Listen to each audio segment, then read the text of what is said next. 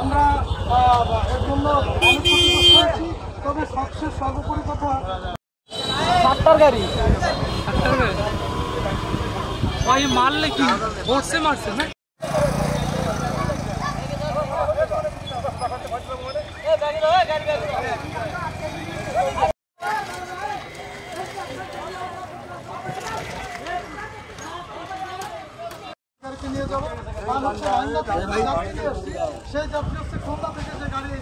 জানতে পাই এবং জানার পরপরই আমি জেলা প্রশাসক মহোদয়কে অবহিত করেছি।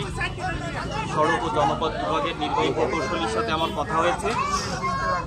সড়কের একটি টিম আসছে, জেলা প্রশাসক স্যার রেখার পাঠানোর জন্য নির্দেশনা দিয়েছেন এবং আমরা অতি দ্রুত যাতে করে ব্রিজটি মেরামত করে জনগণের চলাচলের নিরাপত্তা নিশ্চিত করাই সেই বিষয়ে উদ্যোগ